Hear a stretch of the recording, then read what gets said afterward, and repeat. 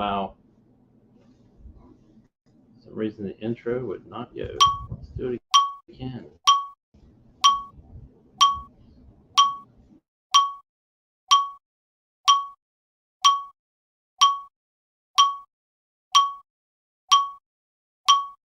Do whatever the Hyundai you want. Hey, I'm Ricky Stenhouse Jr. G'day, I'm Marcus Ambrose. Hey, this is Kenny Rowe, and you're listening to the Fuel Pod. This podcast covers all things motorsports. It's unfiltered, it's unmasked, and Ooh, we're going crazy.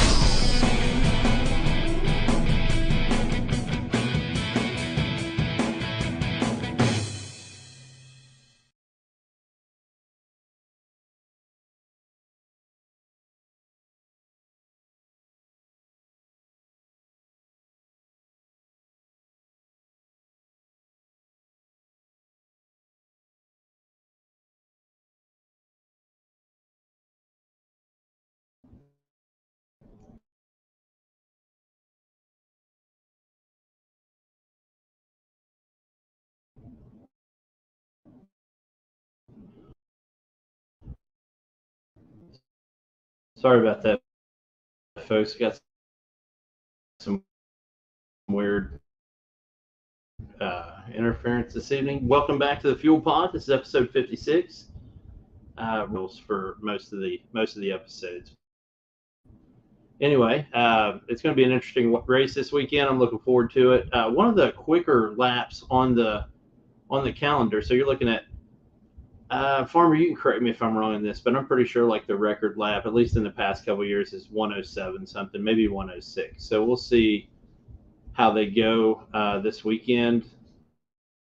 I mean, I think it's safe to say Max Verstappen will win this thing outright. I mean, barring any kind of crazy insight. I've been making jokes with my friends that he's going to win by 36 seconds this weekend. I don't think that'll happen, but here we are. Also, if you happen to notice, I am without my partner tonight. Chad's got some stuff he's taking care of this evening. But if you want to catch him, make sure you tune into his other show, Booze, Balls, and Bad Decisions. They had a pretty crazy episode this week where they had I think it was the press secretary for Joe Exotic, the presidential candidate. So I watched part of that. Make sure you watch that. That was pretty hilarious. So make sure you get on and watch that. But we're going to talk some F1 and a little bit of IndyCar and a little bit of NASCAR, believe it or not. And then we'll just close it out tonight. It won't be very long. As I mentioned, we had a 2-week break between Canada and this F1 race in Austria.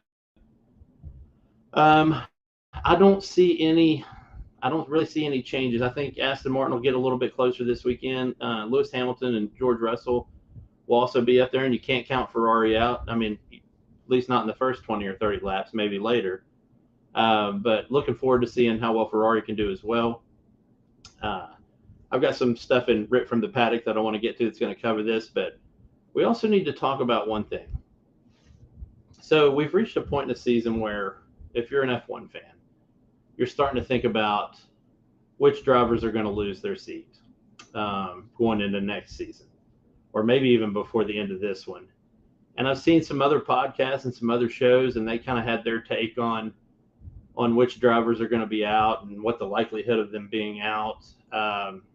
But I kind of wanted to go through that, and I was going to go through this with Chad tonight so we could get some funny back and forth. But, I mean, everybody's got Nick DeVries on the hopper, the Fuel Pod included.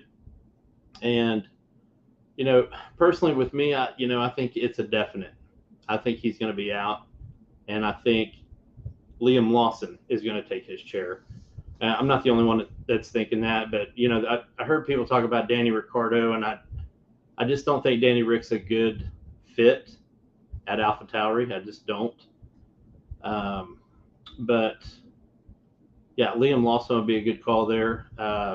So why is DeVries gone? Well, I mean, he hasn't done anything that they signed him up to do. And you add in the extra stress of basically racing for Red Bull as a company.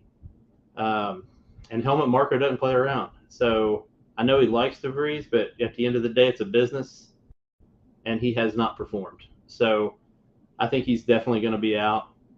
I don't think they'll do it before the end of the season, but I think it's going to be yeah, he's going to be gone. So let me know what your thoughts are in the comments.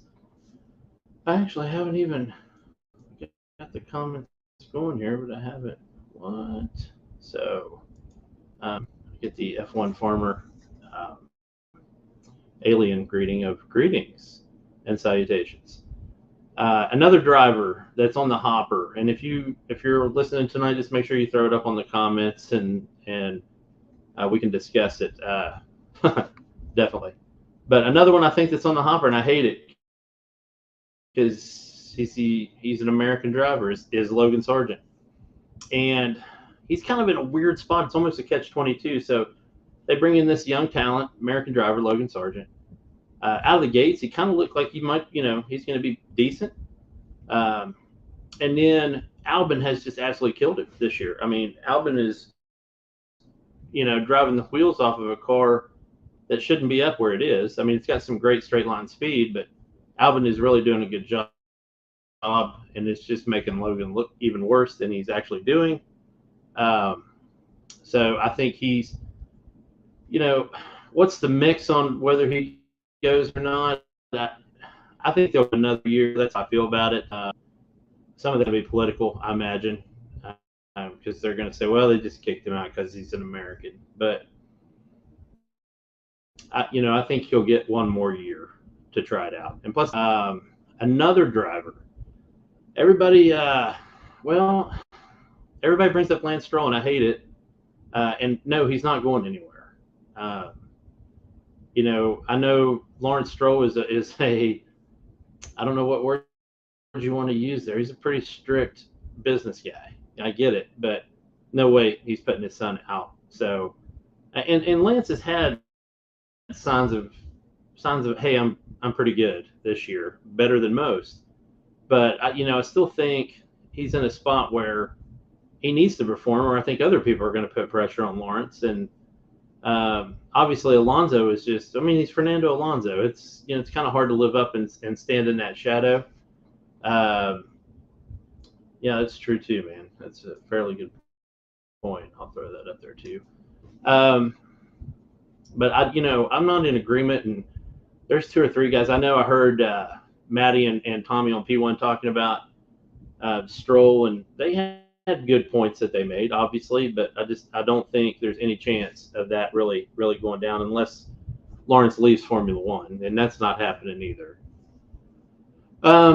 So in place of Lance Stroll, I'm going to put somebody on there that's really not being put on most lists is Kevin Magnussen.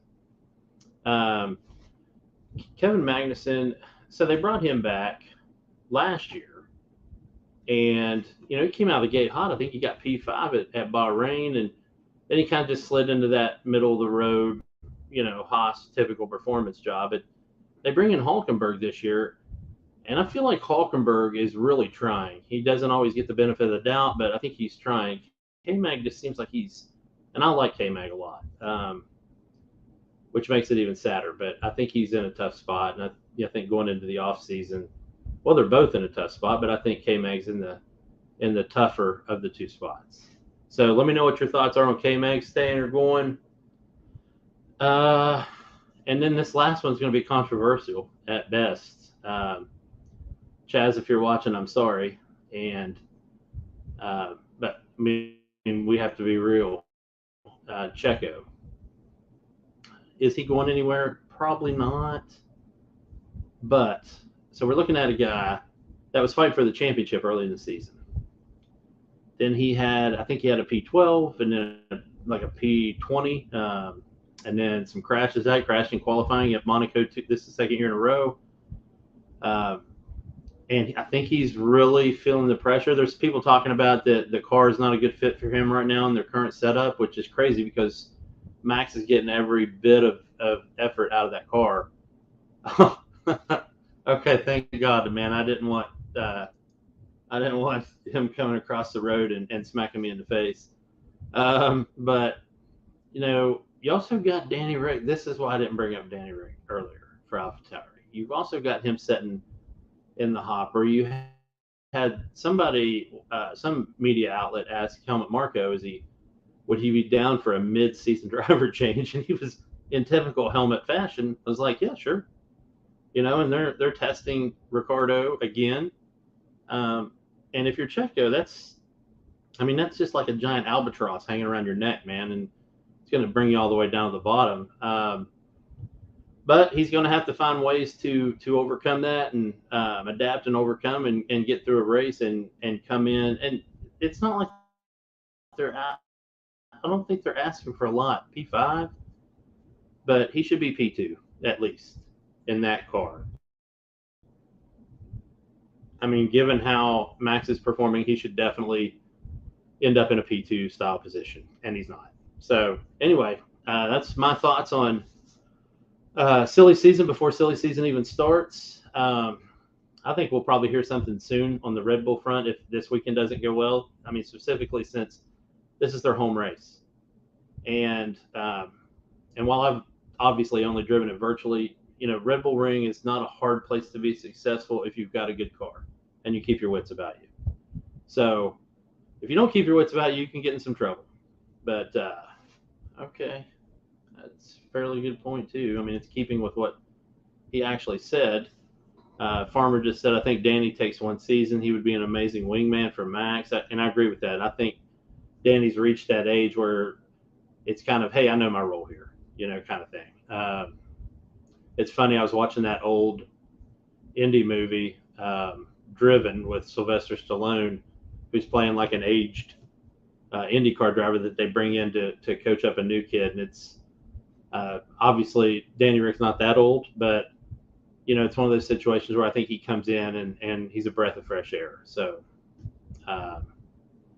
yeah, and I agree with the next part too, that he wants to get in the car again before he retires. I get that.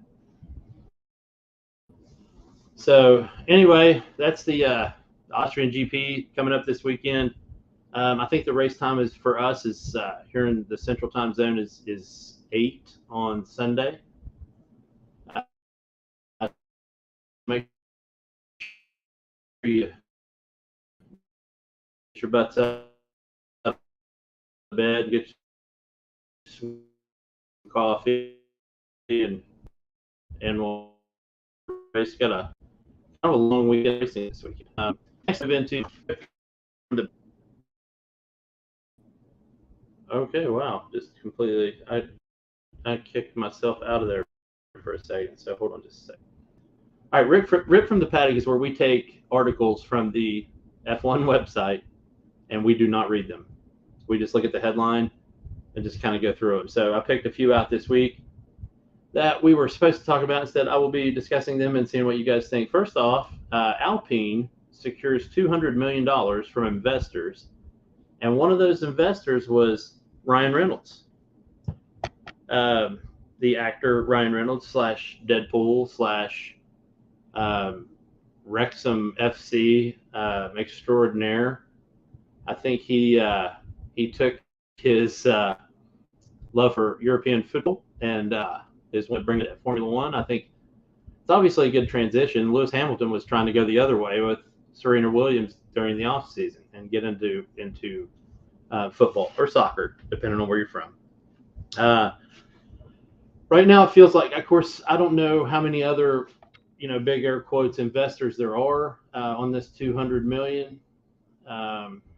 But lately, pretty much anything in Reynolds touches is going gold. So, Deadpool F1 incoming, nice. Yeah, I would like to see a Deadpool car. That would be cool, even if it was just a one-off livery. That'd be kind of neat. But yeah, so he's putting some money into. I don't know why it's Alpine. I don't know what Alpine's trying to do. If they're trying to go, full young hipster and do that bit. I don't know how Deadpool would look on the bubblegum Baskin-Robbins car that Alpine's driving, but here we are. So he's definitely putting in some money for that. Next up, Alonso expects Aston Martin to have a little bit more pace in Austria after a return to the podium in Canada. I think they'll have solid pace. I don't think I mean, they're going to have to show me before they tell me. I'm in that kind of boat right now. Until you are fighting for a win, how much does it really matter? Okay, so we got increased pace. Max only beat us by 10 seconds this week. All right, Max only beat us by 8 seconds this week. You got to be close, and you got to be under a second before I'm really going to believe it. I realize I'm probably alone on that, but still, I do think they'll have increased pace. Obviously, I want to see them get up there and fight for it. But, Ferrari's in there too. Mercedes is in there. I don't know if they're dragging each other down and keeping Max ahead, but, Max is just driving lights out right now, and I don't think anybody can touch that. So I don't know what – sorry, guys, I got a little bit of a cough this evening. Yeah, Eric, I don't know what you're – I'm effing sending it into turn one. Yeah, you can totally do that. As Chad found out the other night, I put him completely in the gravel and didn't mean to, but it wasn't turn one. Yeah, it's a unique course. So yeah, it depends on the jump and it depends on quality. I think if Alonso qualifies 2 at P2 at Austria, I think he's got a good shot of maybe taking Max into turn one. Can he hold it, though? That's another thing we haven't seen. We haven't seen anybody else get ahead and be able to hold it. Even Sergio couldn't do it. So I think that's going to be the first test. Is if let's say Max has a horrible jump off the lights out, or he slides wide on a turn and somebody gets past him, the question is going to be how long before Max gets back into P1. And I don't think it'll be long, but I'd like to see Alonso hold him off. I'd like to see Hamilton get back up there, just because I think it would be fun racing. So anyway, that's it for that one. And last on this one is, and I don't even know who decided this was a good article heading. And I felt like Chad and I could have probably had a decent conversation on this one, but can Williams remain competitive? And I hate to be the naysayer here, but excuse me, are they competitive now? I think an argument can be made for yes or no. Albon has shown signs of brilliance this year in a car, like I said, that's a substandard car. But I mean, let's face it, he's not blowing the socks off of anybody. And he's, he might find himself in between a Ferrari and a Mercedes, but he's not outdistancing either one of them as a team. So yeah, I would like to see them continually improve. I'd like to see Albon get better. I'd like to see Sargent get better. I think that would be one of the biggest shocks in Formula One, to see a competitive Williams team again. Yeah, absolutely, dude. I would love to see that again this week. I mean, because honestly, I'm so disenfranchised right now with what Max Verstappen's doing, that's what I look forward to, is who the P2 fight is with. I think Hamilton and Alonso make one of the best. I mean, it's Red Sox Yankees when those two are racing. It's a heck of a rivalry, and it's all world champs. So, yeah, I'd like to see that again this week, and I'd like to see it be, for multiple laps and keep everybody entertained. That track's entertaining as it is. It's a scenic track.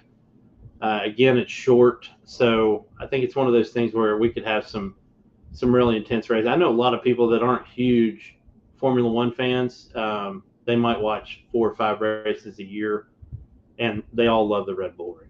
So it's one of those. I mean, it's kind of like, I don't want to say it's Monaco, because Monaco is a global phenomenon, but it's a really cool track if you like racing. Anyway, that's all I had for Formula One. Yeah, it is going to be a good Ferrari track. But moving into IndyCar this weekend, we have the Honda Indy 200. It's at Mid-Ohio. I think that track it's like 80 laps at that track, and it is a, having grown up in West Virginia and Ohio being right next door. Ohio is a weird state. There's some few places where you get some elevation, and for the most part, there's a lot of flat. But this track has a lot of decent elevation. It's got some really tight, I think it's 14 corners. It's got some really tight turns. I think it's going to obviously favor road and street course style drivers. I'd like to see Romain Grosjean make a comeback this week. That would be cool. I'd like to see Ericsson get back up in the top 5. I know the past 2 or 3 weeks he's been a top 10 guy, but not really a top 5 guy. But I still think you're going to be looking at Palou, and you're going to be looking at Pato Ward and Kirkwood, unfortunately, and some of those guys. Willpower, although I feel like Willpower is more of an oval. As I've really gotten into IndyCar, I feel like he's more of an oval guy. But we'll see what happens. So make sure you watch that race on Sunday. It'll probably be around 1:30. Yeah. Eric, I got to tell you, buddy, that's a line we used to use when Grosjean was in F1, or when he was in a wall in F1. He was the original Gotifi. So, yeah, I would like to see him finish a race. And, he's proven he can be successful at IndyCar. He was one of my draws to the sport anyway. And just because he was doing so well, man, I mean, he was top 2, top 3 driver for a bunch of races and then just kind of fell off. And lately he's been doing his Formula One thing where he just wrecks out. But looking forward to that race as well. And then NASCAR, and I'm bringing it up this week, especially solo. I know it's weird for me to really bring it up when I'm solo, but NASCAR this week is in Chicago, and it is a street race for NASCAR. Yes, that's what I said. So most of the non-oval NASCAR are not street courses. They are road courses. Sonoma comes to mind, the Glen. But this is a street course in downtown Chicago. So should be very interesting. Ross Chastain's just not coming off of a win going into this race. So, it could be a Wild West shootout up there in Chicago, or a Midwest shootout, whatever you want to call it. But really looking forward to watching that race too, simply because it's a street course, not because it's NASCAR. But Jenson Button, who just came off his Garage 56 outing at the 24 Hour Le Mans, is going to be back in a NASCAR. And I think this is going to be a weird spot because he didn't do too well his first NASCAR outing. It was an oval course. But I think he could potentially be okay in this street course, assuming he's got good handles on the car. I think he'll be all right. Obviously, he's very familiar with road and street circuits and that type of driving and what it takes to be successful at those. But I look forward to seeing what he can do with that car on that track. So,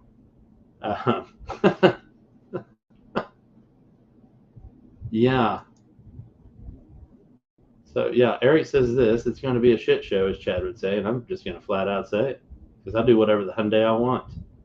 And then that was in response to his original comment. Yeah, I think a lot of people did. We had some stuff planned for this show for that specific race, but I think it'll be interesting. And now my hope is that it reinvigorates NASCAR as a company to say, and I hope it goes well enough to where they're like, okay, we need to do more of these. We've got that Vegas race coming up pretty soon for Formula One.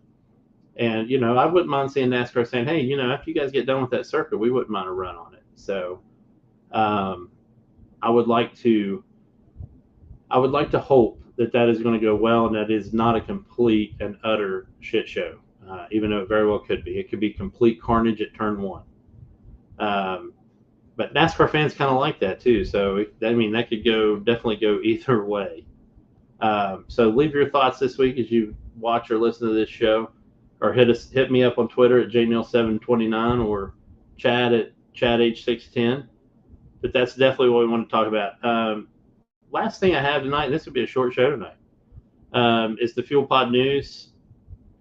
Folks, if you're following, if you're a fan of motorsport at all, and I don't care what brand of motorsport or more than one brand of motorsport that you're a fan of, and you got to see the footage on Jimmy Johnson, who's a 7-time NASCAR champ, whose family, and I'm not, I don't want to be insensitive to this. I just want, the motorsports fans as a whole, make sure whatever your thoughts and prayers, and send those out to his family. It was his family on his wife's side.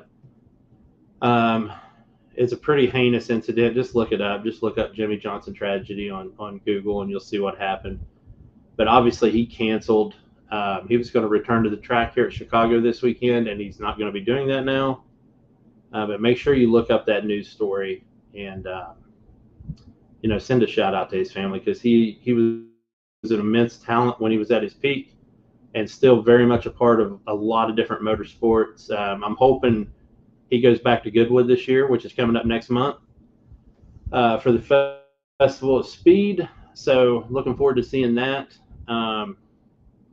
And Jimmy, we wish you the best here at the Fuel Pod, and I hope everything comes around for you, man, and you can get back on the track. Anyway, guys, that's really all I had tonight. We had a lot of other things going on. Rally Kenya was last week. It went pretty well. It was a cool little race. And I say little, it's one of the biggest rallies wide open. Watch the Austrian Grand Prix this weekend. Finish your breakfast, move right into lunch, and go straight to the IndyCar race, and then flip back and forth to watch the NASCAR race in Chicago, and have a great racing weekend. I look forward to seeing you guys hopefully back with Chad next week. But thank you very much, and I'm out. Peace.